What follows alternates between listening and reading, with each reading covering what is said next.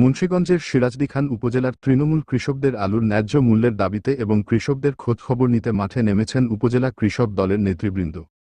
সোমবার ১৬ মার্চ সকাল ১১টার দিকে উপজেলার রসুনিয়া ইউনিয়নের উত্তর তাজপুর গ্রামের কৃষক নিজাম উদ্দিন খানের জমিনে গিয়ে আলুর ন্যায্য মূল্যের দাবিতে কৃষকদের সাথে একাত্মতা ঘোষণা করেন এবং আলু উত্তোলন করে কৃষকদের বিভিন্ন খোঁজখবর নেন তারা।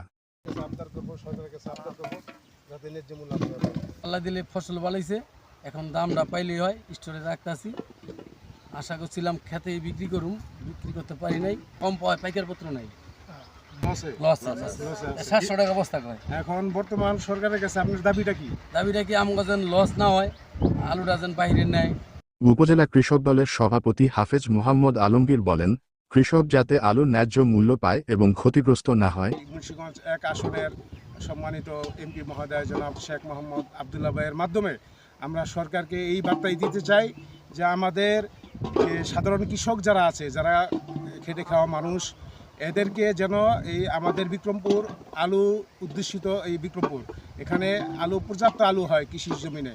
আমরা এই বিক্রমপুরের আলু অসংখ্য আলু হয় এবং ভালো মানের আলু হয়, ভালো জাতের আলু হয়।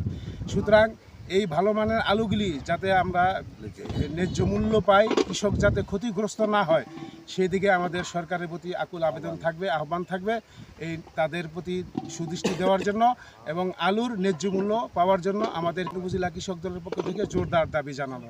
আরও উপস্থিত ছিলেন উপজেলা কৃষক দলের সাধারণ সম্পাদক মোহাম্মদ মোশাররফ হোসেন, সাংগঠনিক সম্পাদক মোহাম্মদ আলমগীর আহমেদ, সিনিয়র সভাপতি আব্দুল মালেক, সহ সভাপতি মহিউদ্দিন শেখ।